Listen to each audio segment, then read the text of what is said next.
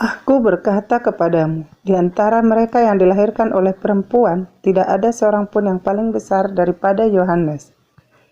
Namun yang terkecil dalam kerajaan Allah lebih besar daripadanya. Seluruh orang banyak yang mendengar perkataannya, termasuk para pemungut cukai, mengakui kebenaran Allah karena mereka telah membela diri dibaptis oleh Yohanes. Tetapi orang-orang Farisi dan ahli-ahli Taurat menolak maksud Allah terhadap diri mereka karena mereka tidak mau dibaptis oleh Yohanes. Kata Yesus, dengan apakah akan kuumpamakan orang-orang dari angkatan ini? Dan dengan apakah mereka itu sama? Mereka itu seumpama anak-anak yang duduk di pasar dan yang saling menyerukan, kami meniup seruling bagimu, tetapi kami tidak menari. Kami menyanyikan kidung duka, tetapi kamu tidak menangis. Karena Yohanes Pembaptis datang, ia tidak makan roti dan tidak minum anggur. Dan kamu berkata, ia kerasukan setan. Kemudian anak manusia datang, ia makan dan minum. Dan kamu berkata, lihatlah, ia seorang pelahap dan peminum, sahabat pemungut cukai dan orang berdosa. Tetapi hikmat dibenarkan oleh semua orang yang menerimanya. Yesus diurapi oleh perempuan berdosa. Seorang Farisi mengundang Yesus untuk datang makan di rumahnya. Yesus datang ke rumah orang Farisi itu, lalu duduk makan. Di kota itu ada seorang perempuan yang terkenal sebagai seorang berdosa. Ketika perempuan itu mendengar bahwa Yesus sedang makan di rumah orang Farisi itu, datanglah ia membawa sebuah buli-buli pualam berisi minyak wangi. Sambil menangis ia pergi berdiri di belakang Yesus dekat kakinya, lalu membasahi kakinya itu dengan air matanya dan menyekanya dengan rambutnya. Kemudian ia mencium kakinya dan meminyakinya dengan minyak wangi itu. Ketika orang Farisi yang mengundang Yesus melihat hal itu, ia berkata dalam hatinya, jika ia ini nabi, tentu ia tahu siapakah dan orang apakah perempuan yang menjamahnya itu. Tentu ia tahu bahwa perempuan itu adalah seorang berdosa. Lalu Yesus berkata kepadanya, Simon, ada yang hendak kukatakan kepadamu, sahut Simon. Katakanlah guru. Ada dua orang yang berhutang kepada seorang pelepas uang, yang seorang berhutang 500 dinar, yang lain 50. Karena mereka tidak sanggup membayar, maka ia menghapuskan hutang kedua orang itu. Siapakah di antara mereka yang akan lebih mengasihi dia? Jawab Simon, aku kira dia yang paling banyak dihapuskan hutangnya, kata Yesus kepadanya. Betul pendapatmu itu. Dan sambil berpaling kepada perempuan itu, ia berkata kepada Simon, engkau lihat perempuan ini? Aku masuk ke rumahmu, namun engkau tidak memberikan aku air untuk membasuh kakiku. Tetapi dia membasahi kakiku dengan air mata dan menyekanya dengan rambutnya. Engkau tidak mencium aku, tetapi sejak aku masuk, ia tiada henti-hentinya mencium kakiku. Engkau tidak meminyaki kepalaku dengan minyak, tetapi dia meminyaki kakiku dengan minyak wangi. Sebab itu aku berkata kepadamu, dosanya yang banyak itu telah diampuni, sebab ia telah banyak berbuat kasih. Tetapi orang yang sedikit diampuni, sedikit juga ia berbuat kasih. Lalu ia berkata kepada perempuan itu, dosamu telah diampuni. Dan mereka yang duduk makan bersama dia berpikir dalam hati mereka, siapakah yang ini sehingga ia dapat mengampuni dosa? Tetapi Yesus berkata kepada perempuan itu, imanmu telah menyelamatkan engkau, pergilah dengan selamat. Lukas pasal 8, perempuan-perempuan yang melayani Yesus. Tidak lama sesudah itu Yesus berjalan berkeliling dari kota ke kota dan dari desa ke desa memberitakan Injil Kerajaan Allah. Kedua-belas muridnya bersama-sama dengan dia, dan juga beberapa orang perempuan yang telah disembuhkan dari roh-roh jahat atau berbagai penyakit, yaitu Maria yang disebut Magdalena, yang telah dibebaskan dari 7 roh jahat, Yohana istri Kuza bendahara Herodes, Susana dan banyak perempuan lain. Perempuan-perempuan ini melayani rombongan itu dengan kekayaan mereka. Perumpamaan tentang seorang penabur. Ketika orang banyak berbondong-bondong datang, yaitu orang-orang yang dari kota ke kota menggabungkan diri pada Yesus, berkatalah ia dalam suatu perumpamaan. Adalah seorang penabur keluar untuk menaburkan benihnya. Pada waktu ia menabur, sebagian benih itu jatuh di pinggir jalan, lalu diinjak orang, dan burung-burung di udara memakannya sampai habis. Sebagian jatuh di tanah yang berbatu-batu, dan setelah tumbuh ia menjadi kering karena tidak mendapat air. Sebagian lagi jatuh di tengah semak duri, dan semak itu tumbuh bersama-sama dan menghimpitnya sampai mati. Dan sebagian jatuh di tanah yang baik, dan setelah tumbuh berbuah 100 kali lipat. Setelah berkata demikian, Yesus berseru, siapa mempunyai telinga untuk mendengar, hendaklah ia mendengar. Murid-muridnya bertanya kepadanya, apa maksud perumpamaan itu? Lalu ia menjawab, Kepadamu diberi karunia untuk mengetahui rahasia kerajaan Allah, tetapi kepada orang-orang lain hal itu diberitakan dalam perumpamaan, supaya sekalipun memandang, mereka tidak melihat, dan sekalipun mendengar, mereka tidak mengerti. Inilah arti perumpamaan itu. Benih itu ialah firman Allah. Yang jatuh di pinggir jalan itu ialah orang yang telah mendengarnya. Kemudian datanglah iblis lalu mengambil firman itu dari dalam hati mereka, supaya mereka jangan percaya dan diselamatkan. Yang jatuh di tanah yang berbatu-batu itu ialah orang yang setelah mendengar firman itu menerimanya dengan gembira, tetapi mereka itu tidak berakar. Mereka percaya sebentar saja dan dalam masa pencobaan mereka murtad. Yang jatuh dalam semak duri ialah orang yang telah mendengar firman itu, dan dalam pertumbuhan selanjutnya mereka terhimpit oleh kekhawatiran dan kekayaan dan kenikmatan hidup, sehingga mereka tidak menghasilkan buah yang matang. Yang jatuh di tanah yang baik itu ialah orang yang setelah mendengar firman itu, menimpanya dalam hati yang baik dan mengeluarkan buah dalam ketekunan. Perumpamaan tentang pelita.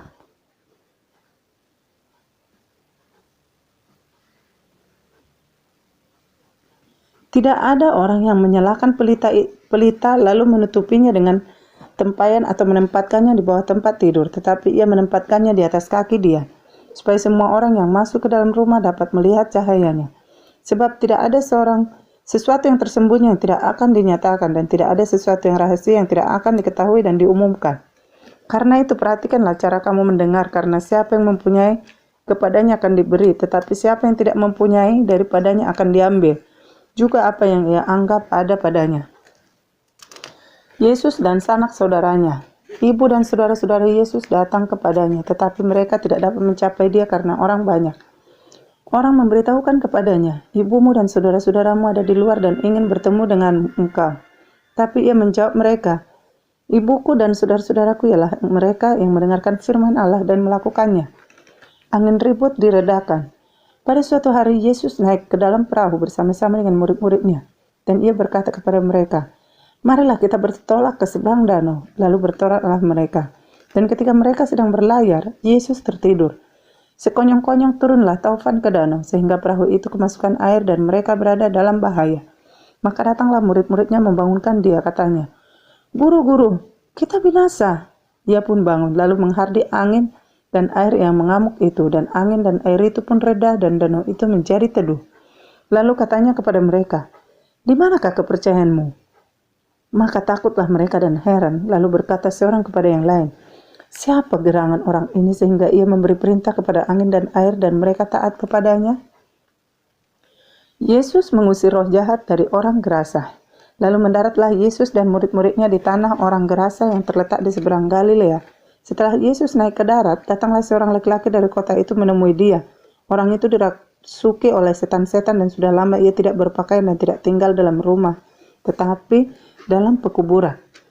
Ketika ia melihat Yesus, ia berteriak lalu tersungkur di hadapannya dan berkata dengan suara keras, apa urusanmu dengan aku, hai Yesus, anak Allah yang maha tinggi? Aku memohon kepadamu supaya engkau jangan menyiksa aku. Ia berkata demikian sebab Yesus memerintahkan roh jahat itu keluar dari orang itu. Karena sering roh itu menyeret-nyeret dia, maka untuk menjaganya ia dirantai dan dibelenggu. Tetapi ia memutuskan segala pengikat itu dan ia dihalau oleh setan itu ke tempat-tempat yang sunyi.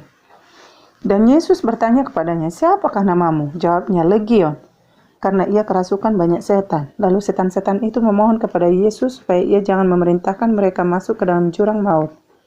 Adalah di sana sejumlah besar babi sedang mencari makan di lereng gunung. Lalu setan-setan itu meminta kepada Yesus supaya ia memperkenankan mereka memasuki babi-babi itu. Yesus mengabulkan permintaan mereka. Lalu keluarlah setan-setan itu dari orang itu dan memasuki babi-babi itu. Kawanan babi itu terjun dari tepi jurang ke dalam danau lalu mati lemas. Setelah penjaga-penjaga babi itu melihat apa yang telah terjadi, mereka lari lalu menceritakan hal itu di kota dan di kampung-kampung sekitarnya. Dan keluarlah orang-orang untuk melihat apa yang telah terjadi. Mereka datang kepada Yesus dan mereka menjumpai orang yang telah ditinggalkan setan-setan itu duduk di kaki Yesus. Ia telah berpakaian dan sudah waras, maka takutlah mereka.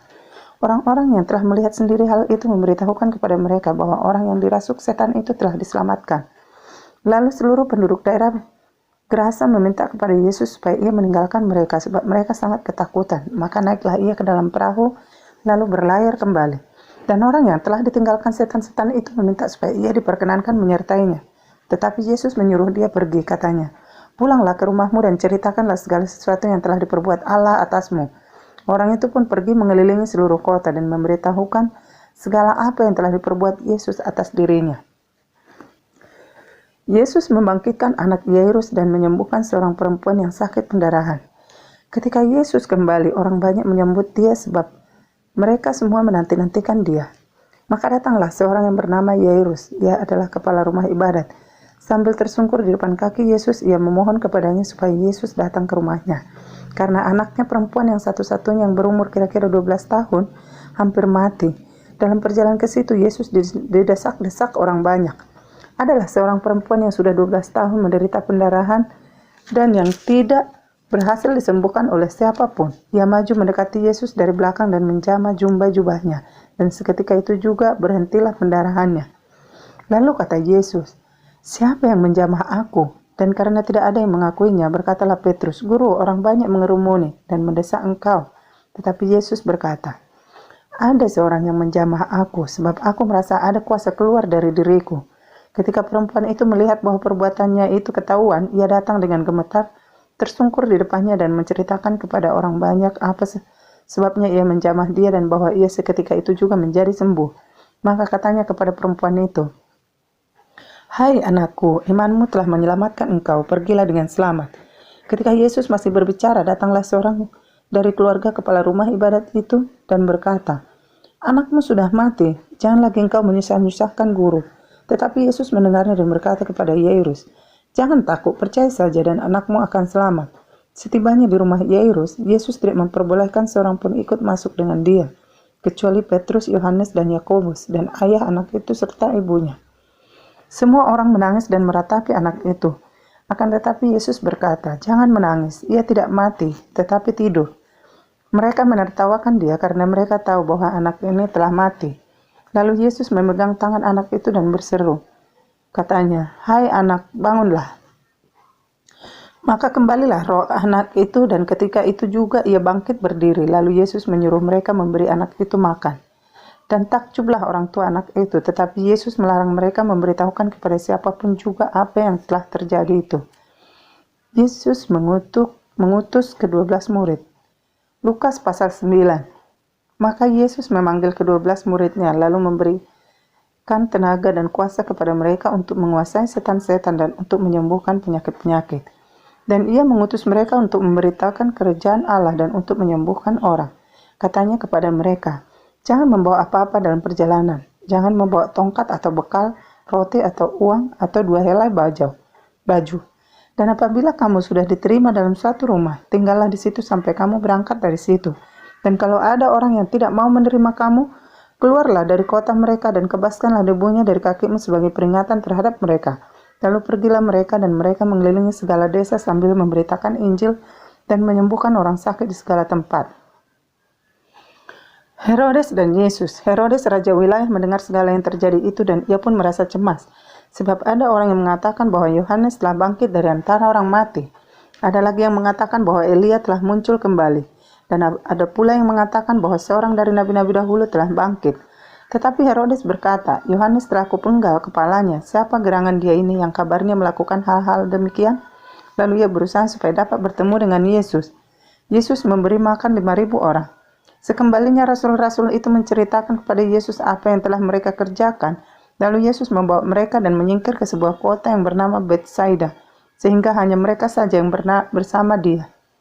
Akan tetapi orang banyak mengetahuinya lalu mengikuti dia. Ia menerima mereka dan berkata-kata kepada mereka tentang kerajaan Allah dan ia menyembuhkan orang-orang yang memerlukan penyembuhan. Pada waktu hari mulai malam datanglah ke-12 muridnya kepadanya dan berkata, "Suruhlah orang banyak itu untuk pergi, supaya mereka pergi ke desa-desa, kampung-kampung sekitar ini untuk mencari tempat penginapan dan makanan, karena di sini kita berada di tempat yang sunyi."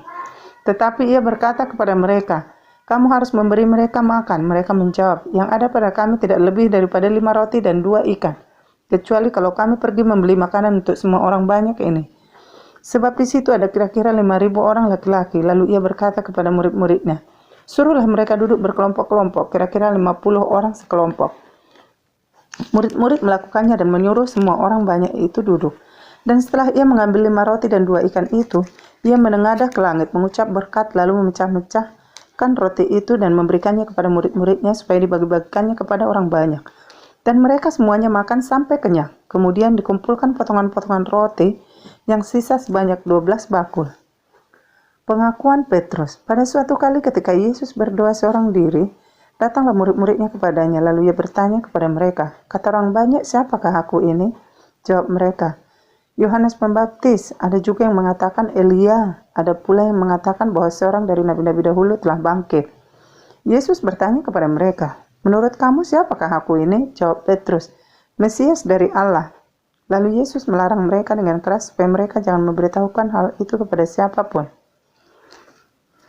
Pemberitahuan pertama tentang penderitaan Yesus dan syarat-syarat mengikut Dia. Dan Yesus berkata, Anak Manusia harus menanggung banyak penderitaan dan ditolak oleh tua-tua, imam-imam kepala, dan ahli-ahli Taurat, lalu dibunuh dan dibangkitkan pada hari ketiga. Katanya kepada mereka semua, "Setiap orang yang mau mengikut aku, ia harus menyangkal dirinya, memikul salibnya setiap hari dan mengikut aku. Karena barang siapa mau menyelamatkan nyawanya, ia akan kehilangan nyawanya. Tetapi barang siapa kehilangan nyawanya karena aku, ia akan menyelamatkannya." Apa gunanya seorang memperoleh seluruh dunia, tetapi ia membinasakan atau merugikan dirinya sendiri? Sebab barang siapa malu karena aku dan karena perkataanku, Anak Manusia juga akan malu karena orang itu apabila ia datang kelak dalam kemuliaannya dan dalam kemuliaan Bapa dan malaikat-malaikat kudus. Aku berkata kepadamu, sesungguhnya di antara orang yang hadir di sini, ada yang tidak akan mati sebelum mereka melihat kerajaan Allah. Yesus dimuliakan di atas gunung. Kira-kira 8 hari sesudah segala pengajaran itu, Yesus membawa Petrus, Yohanes, dan Yakobus lalu naik ke atas gunung untuk berdoa. Ketika ia sedang berdoa, rupa wajahnya berubah dan pakaiannya menjadi putih berkilau-kilauan. Dan tampaklah 2 orang berbicara dengan dia, yaitu Musa dan Elia. Keduanya menampakkan diri dalam kemuliaan dan berbicara tentang tujuan kepergiannya yang akan digenapinya di Yerusalem. Sementara itu Petrus dan teman-temannya telah tertidur, dan ketika mereka terbangun, mereka melihat Yesus dalam kemuliaannya dan kedua orang yang berdiri di dekatnya itu.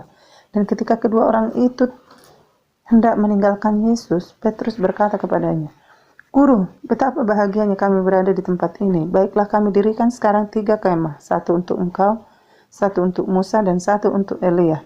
Tetapi Petrus tidak tahu apa yang dikatakannya itu. Sementara ia berkata demikian, datanglah awan menaungi mereka, dan ketika mereka masuk ke dalam awan itu, takutlah mereka.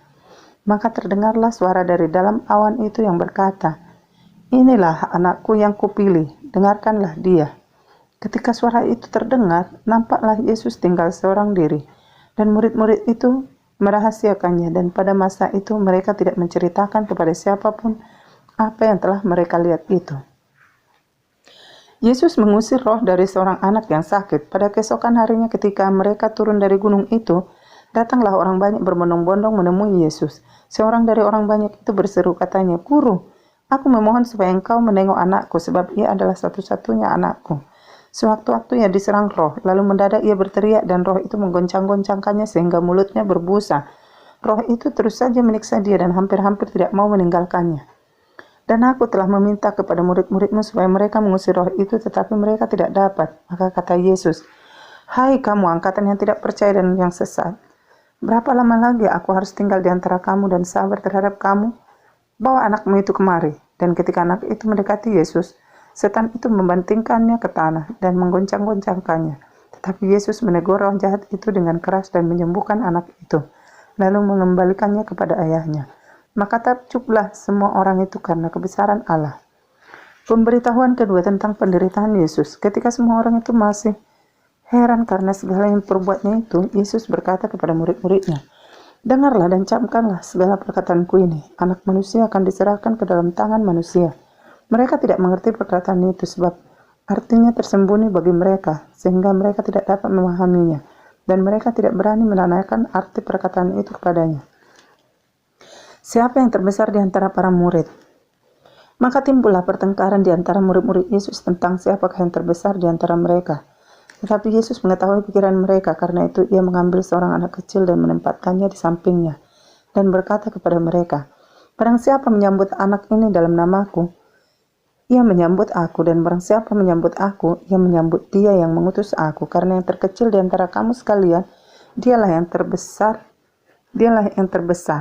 Seorang yang bukan murid Yesus mengusir setan. Yohanes berkata, "Guru, kami lihat seorang mengusir setan demi namamu, lalu kami cegah orang itu, karena ia bukan pengikut kita." Yesus berkata kepadanya, "Jangan kamu cegah, sebab barang siapa tidak melawan kamu, ia ada di pihak kamu."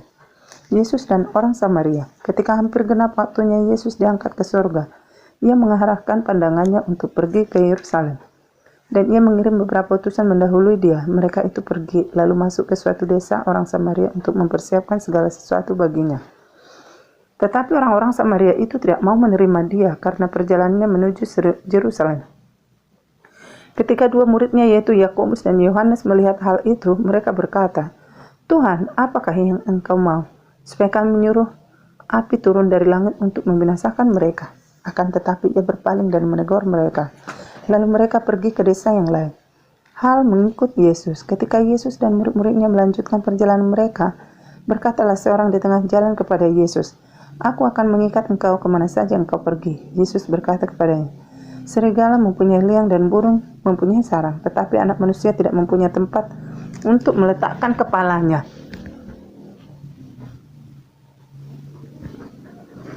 Lalu ia berkata kepada seorang lain, "Ikutlah aku." Tetapi orang itu berkata, "Izinkanlah aku pergi dahulu menguburkan bapakku."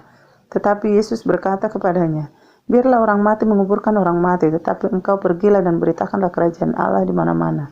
Dan seorang lain lagi berkata, "Aku akan mengikut engkau, Tuhan, tetapi izinkanlah aku pamitan dahulu dengan keluargaku." Tetapi Yesus berkata, "Setiap orang yang siap untuk membajak tetapi menolak ke belakang, tidak layak untuk kerajaan Allah." Lukas pasal 10. Yesus mengutus 70 murid. Kemudian daripada itu Tuhan menunjuk 70 murid yang lain, lalu mengutus mereka berdua-dua mendahulunya ke setiap kota dan tempat yang hendak dikunjunginya. Katanya kepada mereka, "Tuayan memang banyak, tetapi pekerja sedikit. Karena itu mintalah kepada Tuhan yang punya tuayan, supaya ia mengirimkan pekerja-pekerja untuk tuayan itu. Pergilah, sesungguhnya aku mengutus kamu seperti anak domba ke tengah-tengah serigala. Janganlah membawa pundi-pundi atau bekal atau kasut, dan janganlah memberi salam kepada siapapun selama dalam perjalanan. Kalau kamu memasuki suatu rumah, katakan lebih dahulu, 'Damai sejahtera bagi rumah ini.' Dan jikalau di situ ada orang yang layak menerima damai sejahtera, maka salammu itu akan tinggal di atasnya. Tetapi jika tidak, salammu itu kembali kepadamu. Tinggallah dalam rumah itu, maka makan dan minumlah apa yang diberikan orang kepadamu. Sebab seorang pekerja patut mendapat upahnya. Janganlah berpindah-pindah rumah. Dan jikalau kamu masuk ke dalam sebuah kota dan kamu diterima di situ, makanlah apa yang dihidangkan kepadamu. Dan sembuhkanlah orang-orang sakit yang ada di situ, dan katakanlah kepada mereka, kerajaan Allah sudah dekat padamu. Tetapi jikalau kamu masuk ke dalam sebuah kota dan kamu tidak diterima di situ, pergilah ke jalan-jalan raya kota itu dan serukanlah, juga di ibu kotamu yang melekat pada kaki kami kebaskan di depanmu. Tetapi ketahuilah ini, kerajaan Allah sudah dekat. Aku berkata kepadamu, pada hari itu Sodom akan lebih ringan tanggungannya daripada kota itu." Yesus mengecam beberapa kota. "Celakalah engkau Korazim, celakalah engkau Betsaida, karena jika di Tirus dan di Sidon terjadi mujizat-mujizat yang telah terjadi di tengah-tengah kamu, sudah lama mereka bertobat dan berkabung. Akan tetapi pada waktu penghakiman, tanggungan Tirus dan Sidon akan lebih ringan daripada tanggunganmu. Dan engkau Kapernaum, apakah engkau akan dinaikkan sampai ke langit? Tidak, engkau akan diturunkan sampai ke dunia orang mati. Barang siapa yang mendengarkan kamu, ia mendengarkan aku. Dan barang siapa menolak kamu, ia menolak aku. Dan barang siapa menolak aku, ia menolak dia yang mengutus aku." Kembalinya ke 70 murid. Kemudian ke-70 murid itu kembali dengan gembira dan berkata, "Tuhan, juga setan-setan takluk kepada kami demi namamu." Lalu kata Yesus kepada mereka, "Aku melihat iblis jatuh seperti kilat dari langit. Sesungguhnya aku telah memberikan kuasa kepada kamu untuk menginjak ular dan kalajengking, dan kuasa untuk menahan kekuatan musuh, sehingga tidak ada yang akan membahayakan kamu. Namun demikian janganlah bersukacita karena roh-roh itu takluk kepadamu, tetapi bersukacitalah karena namamu ada terdaftar di sorga." Ucapan syukur dan bahagia. Pada waktu itu juga bergembiralah Yesus dalam Roh Kudus dan berkata, "Aku bersyukur kepadamu Bapa, Tuhan langit dan bumi, karena semuanya itu engkau sembunyikan bagi orang bijak dan orang pandai, tetapi engkau nyatakan kepada orang kecil. Ya Bapa, itulah yang berkenan kepadamu. Semua telah diserahkan kepadaku oleh Bapakku dan tidak ada seorang pun yang tahu siapakah anak selain Bapa. Dan siapakah Bapa selain anak dan oleh yang kepadanya anak itu berkenan menyatakan hal itu. Sesudah itu berpalinglah Yesus kepada murid-muridnya tersendiri dan berkata, "Berbahagialah mata yang melihat apa yang kamu lihat. Karena aku berkata kepada kamu, banyak nabi dan raja ingin melihat apa yang kamu lihat tetapi tidak melihatnya, dan ingin mendengar apa yang kamu dengar tetapi tidak mendengarnya." Orang Samaria yang murah hati. Pada suatu kali berdirilah seorang ahli Taurat untuk mencoba Yesus, katanya, "Guru, apa yang harus aku perbuat untuk memperoleh hidup yang kekal?" Jawab Yesus kepadanya, "Apa yang tertulis dalam hukum Taurat? Apa yang kau baca di sana?" Jawab orang itu, "Kasihilah Tuhan Allahmu dengan segenap hatimu, dan dengan segenap jiwamu, dan dengan segenap kekuatanmu, dan dengan segenap akal budimu. Dan kasihilah sesama manusia seperti dirimu sendiri." Kata Yesus kepadanya, "Jawabmu itu benar, perbuatlah demikian, maka engkau akan hidup." Tetapi untuk membenarkan dirinya, orang itu berkata kepada Yesus, "Dan siapakah sesamaku manusia?" Jawab Yesus, "Adalah seorang yang turun dari Yerusalem ke Yeriko. Ia jatuh ke tangan penyamun yang bukan saja merampoknya habis-habisan, tetapi yang juga memukulnya, dan yang sesudah itu pergi meninggalkannya setengah mati. Kebetulan ada seorang imam turun melalui jalan itu. Ia melihat orang itu, tetapi ia melewatinya dari seberang jalan. Demikian juga seorang Lewi datang ke tempat itu. Ketika ia melihat orang itu, ia melewatinya dari seberang jalan. Lalu datang seorang Samaria yang sedang dalam perjalanan ke tempat itu. Dan ketika ia melihat orang itu, tergeraklah hatinya oleh belas kasihan. Ia pergi kepadanya, lalu membalut luka-lukanya. Sesudah itu, ia menyiraminya dengan minyak dan anggur. Kemudian ia menaikkan orang itu ke atas keledai tunggangannya sendiri, lalu membawanya ke tempat penginapan dan merawatnya. Keesokan harinya ia menyerahkan 2 dinar kepada pemilik penginapan itu, katanya, "Rawatlah dia, dan jika kau belanjakan lebih dari ini, aku akan menggantinya waktu aku kembali." Siapakah di antara ketiga orang ini menurut pendapatmu? Adalah sesama manusia dari orang yang jatuh ke tangan penyamun itu. Jawab orang itu, "Orang yang telah menunjukkan belas kasihan kepadanya." Kata Yesus kepadanya, "Pergilah dan perbuatlah demikian." Maria dan Marta. Ketika Yesus dan murid-muridnya dalam perjalanan, tibalah ia di sebuah kampung. Seorang perempuan yang bernama Marta menerima dia di rumahnya. Perempuan itu mempunyai seorang saudara yang bernama Maria. Maria ini duduk dekat kaki Tuhan dan terus mendengarkan perkataannya. Sedang Marta sibuk sekali melayani. Ia mendekati Yesus dan berkata, "Tuhan, tidakkah engkau peduli bahwa saudaraku membiarkan aku melayani seorang diri? Suruhlah dia membantu aku." Tetapi Tuhan menjawabnya, "Marta, Marta, engkau khawatir dan menyusahkan diri dengan banyak perkara, tetapi hanya satu saja yang perlu. Maria telah memilih bagian yang terbaik, yang tidak akan diambil daripadanya." Lukas pasal 11, hal berdoa. Pada suatu kali Yesus sedang berdoa di salah satu tempat. Ketika ia berhenti berdoa, berkatalah seorang dari murid-muridnya kepadanya, "Tuhan, ajarlah kami berdoa sama seperti yang diajarkan Yohanes kepada murid-muridnya." Jawab Yesus kepada mereka, "Apabila kamu berdoa, katakanlah, Bapa, dikuduskanlah namamu, datanglah kerajaanmu. Berikanlah kami setiap hari makanan kami yang secukupnya, dan ampunilah kami akan dosa kami, sebab kami pun mengampuni setiap orang yang bersalah kepada kami. Dan janganlah membawa kami ke dalam pencobaan." Lalu katanya kepada mereka, "Jika seorang di antara kamu pada tengah malam pergi ke rumah seorang sahabatnya dan berkata kepadanya, 'Saudara, pinjamkanlah kepadaku 3 roti, sebab seorang sahabatku yang sedang berada dalam perjalanan singgah ke rumahku dan aku tidak mempunyai apa-apa untuk dihidangkan kepadanya.' Masakan dia yang di dalam rumah itu akan menjawab, 'Jangan mengganggu aku, pintu sudah tertutup dan aku serta anak-anakku sudah tidur. Aku tidak dapat bangun dan memberikannya kepada saudara.' Aku berkata kepadamu, sekalipun ia tidak mau bangun dan memberikannya kepadanya karena orang itu adalah sahabatnya, namun karena sikapnya yang tidak malu itu, ia akan bangun juga dan memberikan kepadanya apa yang diperlukannya.